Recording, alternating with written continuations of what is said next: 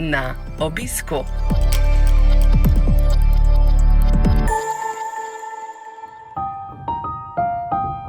Z veseljem vam predstavljamo novo serijo podkastov Na obisku. V dolgem vročem poletju vas bomo vsak petek opoldne povabili k poslušanju pogovora z nekaterimi zanimivimi strokovnjaki in člani Slovenskega združenja bolnikov z limfomom in levkemijo. Vabljeni k poslušanju.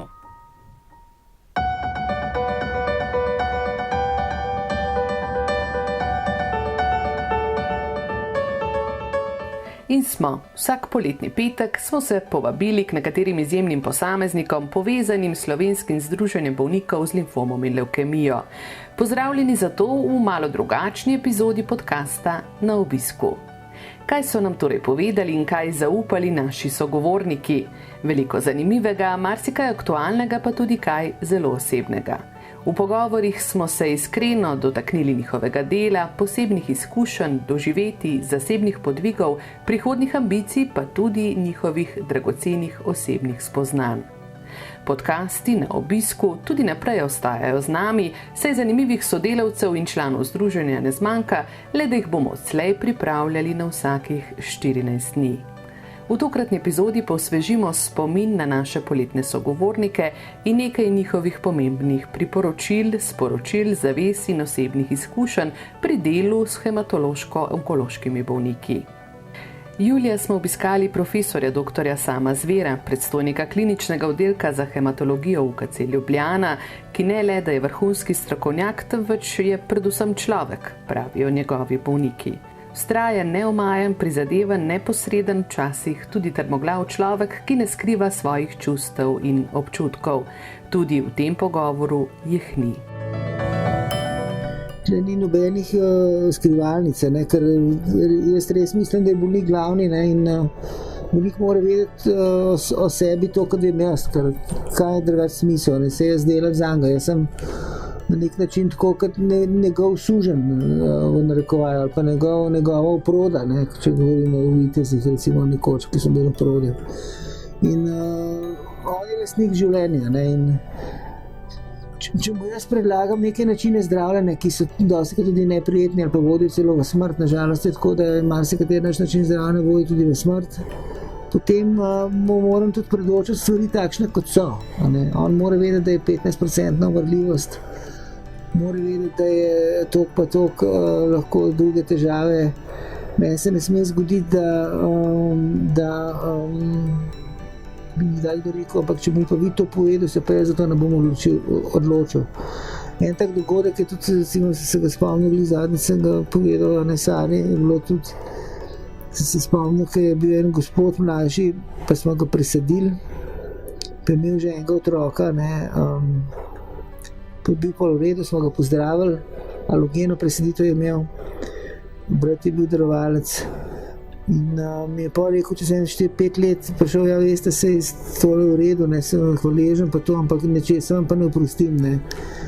Niste mi povedali, da ne moram imeti več otrok.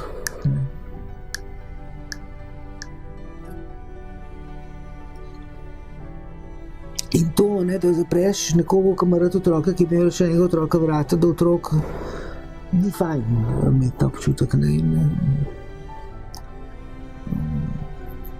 Vse si rečeš, da imaš pa zdravje, ampak ni to vse. In recimo, to sem si zapomnil.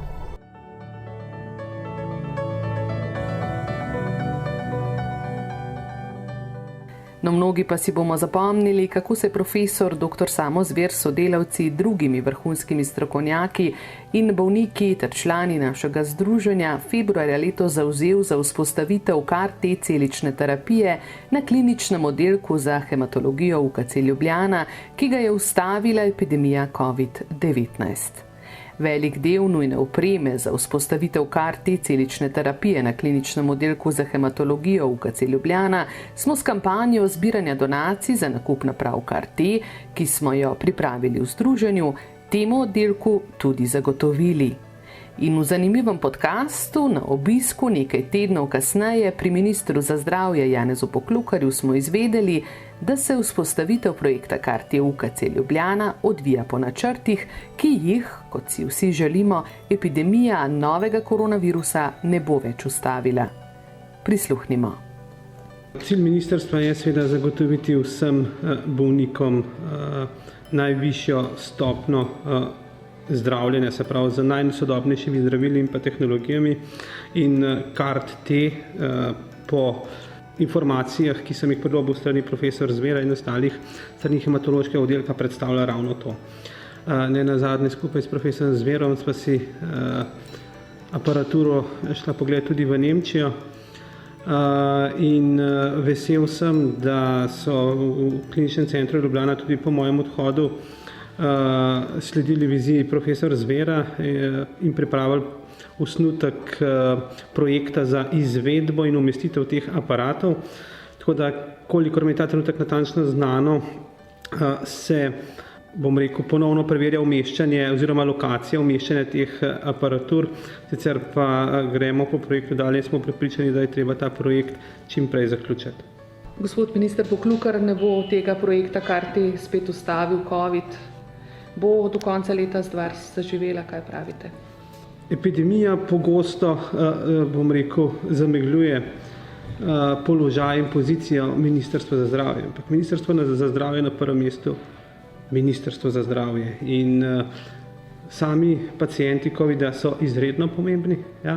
Vendar gledano vse bolnike v Sloveniji predstavljajo približno 5% obravnav v bolnišnicah, tako da je treba poudarjati, da večina bolnikov je ne COVID bolnikov, da se življenje ni ustavilo in da je treba zanje poskrbeti enako intenzivno, če ne še bolj intenzivno kot pred epidemijo, kajti leto in pol nam je vseeno naložilo, leto in pol epidemije naložilo nek, bom rekel, nahrbtnik zaostankov in nerešenih stvari, ki jih je treba pospešeno reševati, in zato si prizadevamo, da kot Ministrstvo za zdravje gledamo celostno na naše zdravstvo in seveda tudi take projekte čim hitreje zaključimo in se ne oziraje na epidemijo, čim prej lotimo dela. Ta nahrbtnik je težek je za slovensko onkologijo, nahrbtnik, ki nam ga je pustil COVID in ki se nam seveda spet plujemo na vrhu tega vala četrtega, kot nas obveščate. Veliko je v tem nahrbtniku zamud v zdravstvu, predvsem nevarne so, ko gre za recimo zamujene diagnoze na področju onkologije, ki vodijo potem v kasnejše odkrivanje bolezni, seveda odkrite bolezni v kasnejših stadijih. Nam novi val ne bo poglobil tega problema, vemo, v prvem se nam je to ravno zgodilo, v drugem malo manj. Odgovor ni tako enostaven, seveda pa obstaja velika grožnja, da se nam ne glede na vse naše prizadevanja vseeno problem poglobi. Zato bi ponovno poudaril, da k uspešnemu reševanju tega ne more prispevati minister sam, niti njegova ekipa ali zaposleni v zdravstvu, temveč vsi skupaj. Kajti z zadostno precepljenostjo, z učinkovitim obvladovanjem epidemije bodo vsi segmenti zdravstva, s tem pa družbe, tekli na način, kot smo ga poznali pred epidemijo, in to je tisto, kar je bilo vzdržno in kar si vsi čim prej želimo.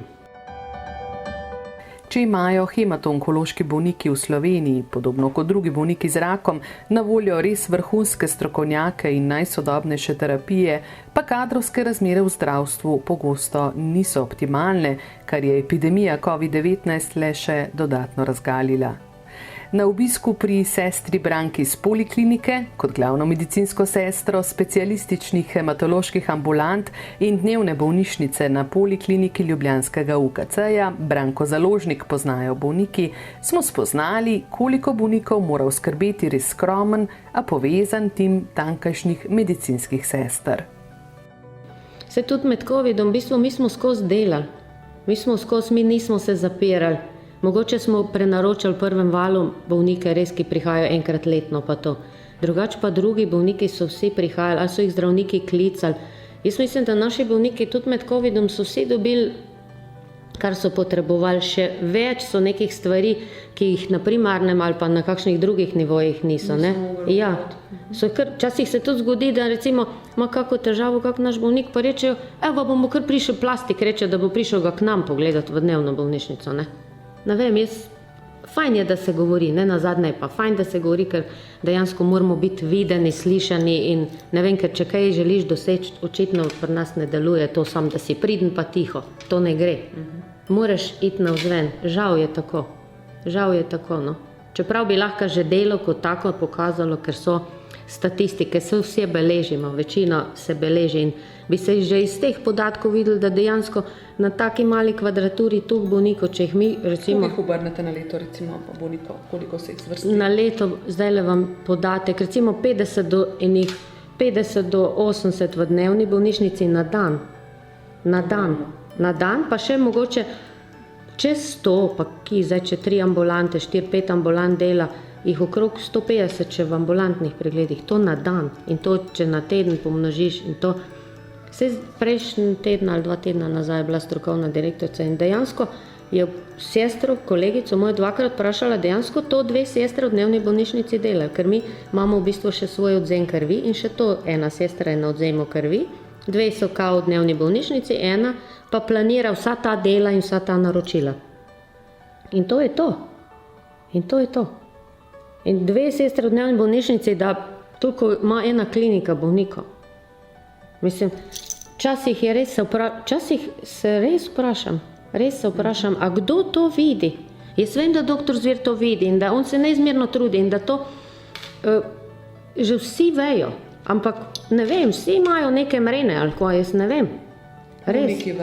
Bolniki vejo, vse bolniki so nam neizmerno hvaležni. Da je bolnika treba obravnavati celostno, mu prisluhniti ter si pridobiti njegovo zaupanje, kar vodi v dobro sodelovanje med zdravljenjem, pa meni srčna in sprejemajoča zdravnica profesorica doktorica Irena Preložnik-Zupan z kliničnega oddelka za hematologijo UKC Ljubljana. Glejte, jaz vedno rečem tako, da imamo različne bolezni. Če govorimo o sodobnih boleznih našega časa, kamor jaz štejem vse rakave bolezni, pa naprimer tudi kardiovaskularne bolezni, pa tudi sladkorno bolezen, pa različne druge avtoimune bolezni in tako naprej.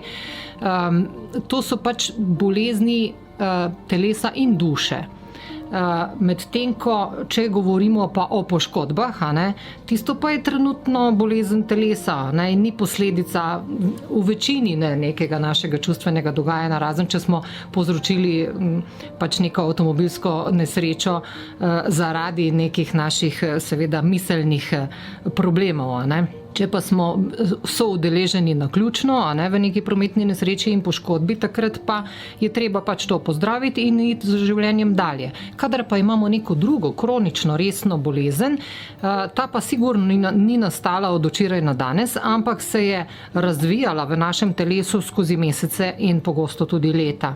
In kaj vse se je med tem časom z nami dogajalo, vse to je pomembno za razvoj teh sodobnih kroničnih bolezni. Tako da je treba, ko se enkrat ta kronična bolezen polno razvije, je treba seveda človeka celostno pogledati, če ga želimo resnično pozdraviti, kadar se to seveda da.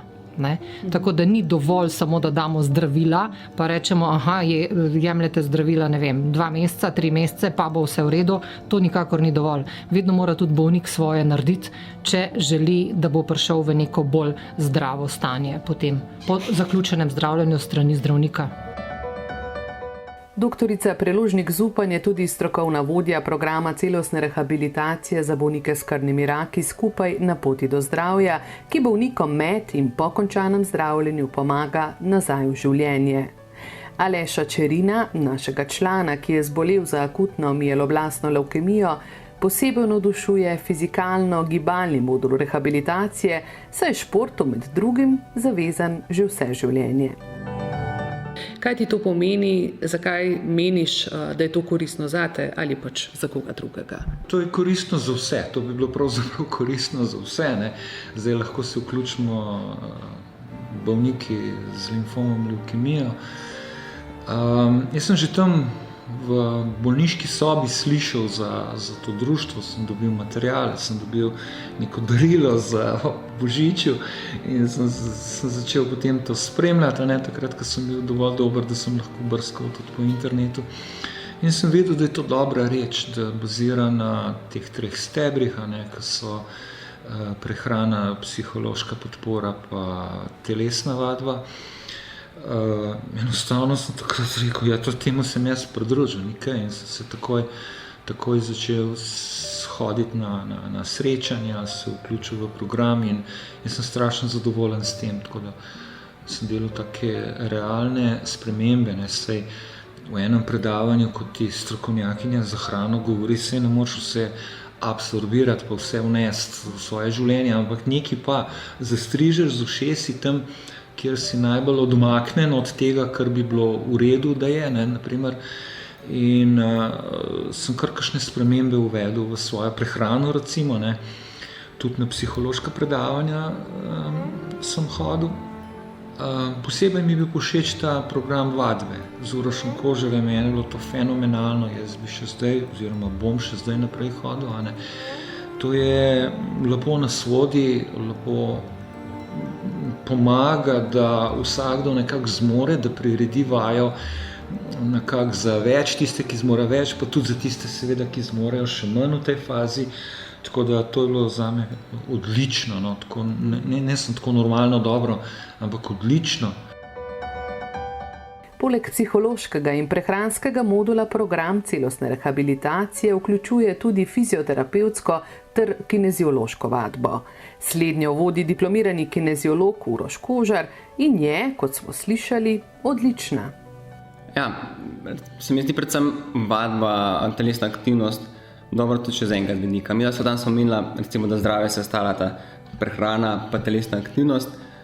Pri telesni aktivnosti pa pride veliko na plano tudi ta družbena plat. Se pravi, za neko zdravje, za celostno zdravje je pomembno tudi, da ima človek, da imamo ljudje neke kontakte, da imamo ljudi, s katerimi lahko delimo neke izkušnje in to se mi zdi v bistvu 1 ura vadbe, idealna priložnost, kjer se malinko sprostijo, delijo kakšno izkušnjo, povejo kakšne težave, mogoče konec koncev tudi za 1 uro odmislijo težave, ki jih imajo in na tak način se nekako zaključi tak en krog, v bistvu ta celostne rehabilitacije, tudi recimo psihološki modul, ki ga imajo.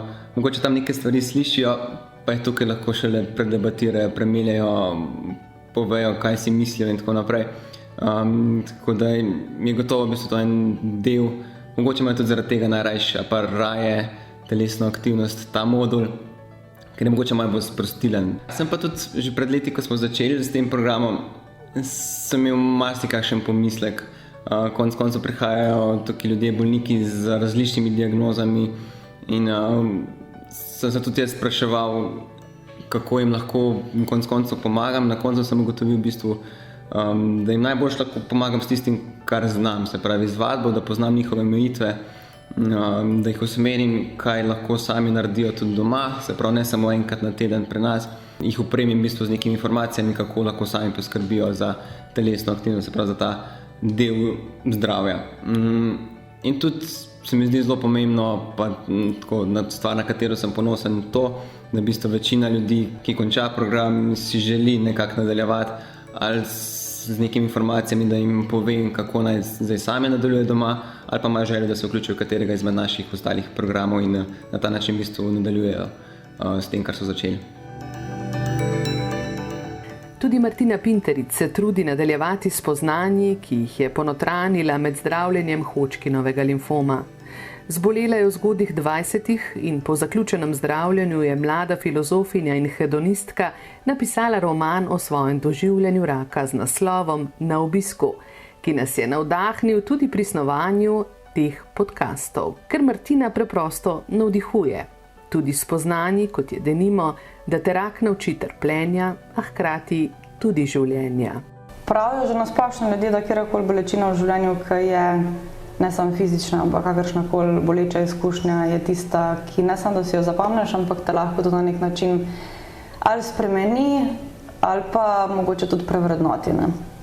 Seveda, če ti to pustiš, lahko tudi pač enostavno sam pozabiš, pa greš naprej. Rak je pa definitivno ena izmed takih stvari, ki tudi nasplošno vsi ljudje najprej jemljajo kot sinonim za neko trpljenje. V osnovi pa pač seveda definitivno je trpljenje. Tudi ne konča se vedno dobro, v večini primerov se lahko konča slabo. Če pa preživiš to, da imaš pač to srečo, da to preživiš, je pa to definitivno neka zelo vredna izkušnja. Vredna izkušnja že zaradi tega, ker prvič dano ti je bilo to, da se zavedaš tega, da pač minljivost kot taka, ki se je drugače ne zavedamo, oziroma pač se pogovarjaš o njej, nikoli pa dejansko ne čutiš, je tista, ki je lahko v bistvu glavni smisel življenja, ne? Kakšen smisel pa imajo lažne novice, se sprašuje primarijka Nataša Fikfak, izkušena specialistka interne medicine in hematologije iz Splošne bolnišnice Franca Derganca Nova Gorica, ki jo bolniki opisujejo kot dostopno, prijazno in vedno urejeno zdravnico. Primarijka ima rada svoje poslanstvo in svoje delo in vendar jo žalosti nezaupanje v medicino in znanost, ki smo jima priča posebej v času epidemije novega koronavirusa. Sploh v luči dejstva, da je v zadnjem letu delala tudi na COVID-nem oddelku bolnišnice v Novi Gorici, kar je bila zanjo težka organizacijska, strokovna in predvsem osebna izkušnja. Pričakujem oziroma želim si, da dokler mi bojo možgani delovali, da bom lahko to svoje poslanstvo delala naprej, kar mi je tudi najbolj všeč. Tukaj se najdem pravzaprav. Samo se vidite, ne? Vse stvari se spreminjajo. Imate v mislih malo tudi to nezaupanje, ki smo mu priča v družbi, v medicino, v znanost? Ja, recimo to, ne, če jaz gledam z mojega vidika cele kariere, ne, pa ker sem bila zelo mlada zdravnica, ki so bistveno manj znala kot zdaj, ni bilo nikoli nezaupanja, sploh ne. So bila taka vprašanja, recimo o obrazložitvi bolezni ali pa načinu zdravljenja, to mi je popolnoma logično, pacienti, laiki tega ne morejo poznati. Ampak zdaj, ko se je to nekako razširilo vse, da se, ne da se samo išče, ampak da se verjame novicam, ki so preverjene, ne rečem, da ne, tudi po Googlu ali kakorkoli, ampak laik jih drugače razume. Morda edino ti lahko sploh razume, ker znanost nam je težko razumeti. Težko je razumeti, ne. Morate vedeti, recimo imunologija, zdaj, ko se toliko govori o cepivu, pa mRNA, pa vektorsko, pa cepivo to, cepivo ono. Recimo, morate vedeti, da moja generacija, še nismo imeli imunologije na fakulteti. To se je zgodilo po letu 85, ko je ta razcvet imunologije, te mikroznanosti in sedaj tudi že subspecializacije in tako naprej. In je bilo meni zelo težko, pač jaz sem bila prisiljena se vključevati v to in veliko študirati, ker pač sem delala na takem področju, kot je hematologija in še prej revmatologija, ki bazirata obe praktično na imunologiji. In si potem se pustiš zavesti v en pogovor z nekom, ki je popolni laik, ne? Težko verjamem, da se zdaj niti v srednji šoli ne naučiš toliko imunologije, da bi lahko to razumel. Verjamem, tudi pravzaprav predstojniki nekaterih šol v Sloveniji v resnici imajo, kot smo slišali, malo znanja o teh rečeh, ne? Pravzaprav ne povezujejo recimo vzročno virusa in povzročitve bolezni. Povejte mi, primarijka, vas to frustrira, žalosti, kako na drugi strani slišite to nezaupanje, kako to odmeva v vaših glavah in v srcih? No, jaz ponavadi iz tistega, da sem jezna, ko preberem kakšno tako stvar ali pa ko se soočiš s takim, v tem kontaktu, v tem pogovoru, jeza, potem pa žalost. Mislim, kaj smo naredili tako, oziroma kako je sploh do tega lahko prišlo. Ne vem, težko bi posploševala, da smo Slovenci po karakterju taki nezaupljivi, da v drugih državah tako ni, ker najbrž je povsod v tem trenutku tako. Mogoče na splošno, ali pa da bi rekla, da je stroka tukaj zatajila, tudi ne morem reči, zato ker A veste, stroka je avtoritativna takrat, ko je absolutna, ampak absolutnega ni. V medicini, a veste, če bi bilo tako enostavno, da bi medicino dali v nek algoritem, bi verjetno to prevzeli že zdavnaj roboti oziroma umetna inteligenca. Jaz sem se naučila v teh letih na pacientih, da vedno si pustimo odprto pot.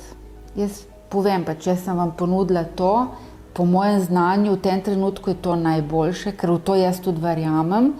Seveda, moramo se v dogovoru odločiti, kako bomo naredili, ampak pot k meni je vedno odprta. To v Slovenskem združenju bolnikov z limfomom in levkemijo zelo dobro vemo. Pa ne le vrata primarike, tudi vrata ostalih strokovnjakov vseh slovenskih hematoloških oddelkov, Ljubljanskega onkološkega inštituta in Zavoda za transfuzijsko medicino. V podkastu pripoveduje izvršna direktorica našega združenja Kristina Modic. Seveda, tudi recimo na Onkološkem inštitutu z oddelkom za limfome, z zdravnicami super sodelujemo. One sodelujejo pri strokovnih zadevah našega združenja, se bolniki jih tudi vidijo na predavanjih raznoraznih in teh srečanjih. Moram reči, da to naše sodelovanje z Onkološkim inštitutom, s kliničnim oddelkom za hematologijo UKC Mariborom, se v bistvu z leta, pa z ostalimi tudi splošnimi bolnišnicami, imam občutek, da se iz leta v leto to naše sodelovanje celo krepi, da postajamo kot neki sodelavci. Velikokrat se zgodi, da se na nas obračajo bolniki, rabijo kakšne dodatne informacije, pa jim potem pomagamo tudi mi vzpostaviti stik, ali ne vem, da dobijo kakšno mnenje na Onkološkem inštitutu ali pač v kliničnem centru. Skratka, in vedno strokovnjaki pristopijo pozitivno naravnano, pomagajo, veliko prostega časa namenijo našemu združenju. Nikoli ni ne, in mogoče bi še to rada poudarila, da vsa ta stroka, vsi ti strokovnjaki z Onkološkega inštituta, z kliničnega oddelka za hematologijo in z drugih bolnic številne prostovoljske ure namenijo za naše združenje. Mogoče to ljudje tega ne vejo, bolniki tega ne vejo, ampak vse, kar delajo, vse, kar napišejo za bolnike, je to v njihovem prostem času. Tako da v bistvu so oni naši pomembni prostovoljci našega združenja. Zelo, zelo lepo sodelovanje. To je res, tako kot si je rekla, ta teden je bil sploh tako intenziven, ker nov projekt pripravljamo in ravno te, ki smo jih rabili, so bili na dopustu, ampak ko jim pošlješ sporočilo po telefonu, ali ste mogoče na dopustu, ali ste frej, ali imate čas, sam nekaj sem na dopustu, ampak imam čas. Se slišimo, si pišemo, skratka, res dober občutek, in normalno je pol, da če imaš okoli sebe take ljudi, da so pol uspešni projekti. Kateri so novi oziroma prihajajoči? Ja, zdaj mi nikoli ne spimo, to je skozi akcija, skozi razvijamo nove in krepimo obstoječe programe za bolnike. Tako da ena velika novost se zdaj septembra obeta, in sicer individualna strokovna pomoč, psihološka pomoč, prehranska pomoč. Seveda bo to nova spletna platforma. Zdaj, kaj dosti več zdaj še ne bi povedala, ker jo bomo predstavili septembra. Ampak jaz mislim, da dajemo ven stvar, ki bo sploh na področju psihološke podpore, ki je zdaj res težko dostopna ali pa lahko rečem kar nedostopna, bolnikom omogočila res pomočno. Pa ne samo bolnikom, to je še nekaj, mi radi in z veseljem pomagamo tudi svojcem bolnikov, tako da tukaj bojo lahko tudi svojci povprašali, se svojci podprli z informacijami, da bo tudi njim lažje živeti z bolnikom in bolniku pomagati na en primeren način. Tako da bo super. Super bo tudi vikend, ki je pred nami, in naši prihodnji podcasti na obisku, ki z vami ostajajo tudi jeseni. Prisluhnite nam spet v petek 24. septembra ob 12. uri. Na slišanje!